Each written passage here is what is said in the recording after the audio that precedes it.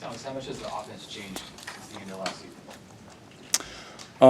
I think it's very similar, obviously, in terms of we still have the same play calls and all that type of stuff, under Coach Sat and DOC and everything. I think what's changed most is just our kind of the way we carry ourselves and confidence. I think, all of us are so prepared. And this spring we took a lot of reps of a lot of the plays, and I think it helped us as an offense. And, reps matter. The more reps you have, obviously, the better you're going to be at all the plays that are called. So I think really that's been huge for us, is just getting reps at all the plays. Was that the deal with Raiola that you saw a lot this spring, some of the throws that he was connecting on out there today? Oh yeah, he's got a great arm. He's got great arm talent, great vision for the field. He's got a great X factor.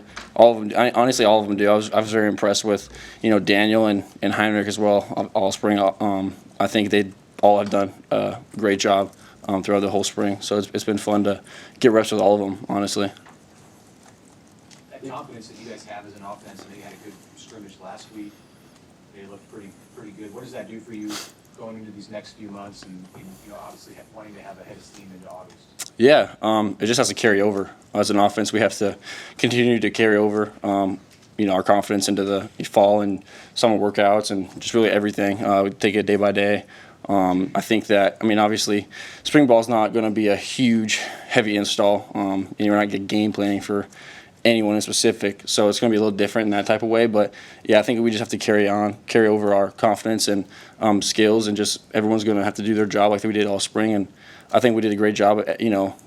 It's just another day out there on the practice field. We just got to take it a little differently, especially when on the game field and stadium. Sorry. Where's your confidence now compared to last spring, mentally and physically? Oh, it's so much different. Just last spring being really my first healthy spring. It's kind of like my first really playing football last year in 2 years, after high school.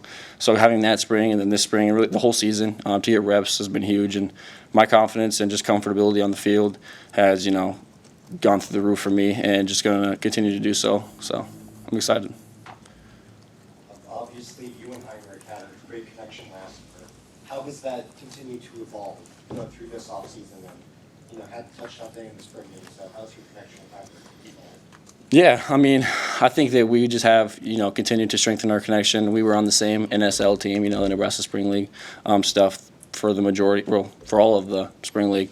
So we've, got to connect throughout the Spring League. And then, today we had a nice connection on that play that we had, a little Kelsey route. And I think that, me and Heinrich have a good connection, that, I'm kind of not like safety net, but I'm a big target. And I feel like, I've got great hands and a great athletic and skill set to make things happen after the play, and I'm glad I got to show that a little more today. How impressed are you with guys like Corey Barney and Jalen Lloyd, and just how they come along and the options that have kind of grown at wide receiver? It's insane. Jalen, he's like a cat. That kid, whenever he catches the ball, he always comes down his feet running. He's freakishly athletic, and Ja'Cory Barney has great hand-eye coordination. He's made some pretty insane catches throughout the spring and turned a lot of heads from all of us. Everyone notices it, and he holds himself to an extremely high standard. I love it because I can relate to it.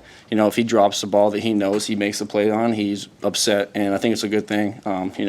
He holds himself to a high standard. Same thing with Jay Lloyd, but Jay Lloyd, so after last year, I feel like he's just so comfortable, so much more comfortable, and Ja'Cory is too. Obviously, it's just Ja'Cory's a little younger and he's still getting used to the speed, but you can't tell the difference. They're both great players.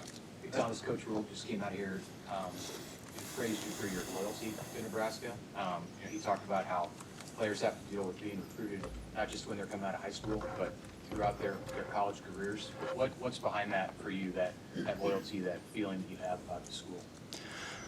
Well, I think most of you know, I grew up, typical, I said it before, about typical Nebraska fan. I remember getting, not in literal fights obviously, but arguments with kids on the playground when I was in elementary school about, why Nebraska's better than Iowa. I grew up, I was a Nebraska football player, I think, for 8 to 10 years of my Halloween experiences. So I mean, this is what I grew up doing. I grew up loving Nebraska football. Grew up wearing the N on the Walmart helmets that we used to have back when we were kids. So yeah, I mean, it's a dream come true. It's a dream just to be on the field. I was literally saying it to the tight ends today. It's like, when I was on a knee, and I was like, isn't it crazy? Like, we're doing what, it's here now, but we're doing what, I dreamed of doing as a kid. It's just crazy. It's just a surreal experience. How much do you hear of your teammates talking about other teams coming after them, and how significant is that? Other teams coming after you? I mean, it's only significant. I mean, if you let it be significant, I guess. I mean, it definitely happens. I've heard people tap in. I've had experiences with it. It can be, it's like I don't know. It's like it can make you think, I guess, because you always you never know. The grass is never green on the other side, but some people, or not always green on the other side, but some people make emotional decisions like, well, they're gonna do this and that. And I'm not here for getting this, whatever. I feel like you gotta write it out. I mean, what's gonna happen is your time's gonna come, and if it doesn't, then I believe that whatever happens is supposed to happen. I mean, like I've said that before with everything I've had to endure, but yeah, I mean, it's definitely a factor, but now with NIL and everything, but it's not gonna. If it's not a factor if you don't let it be. So. All right. Thank you, Thomas. Yeah. Thank you. Thank you.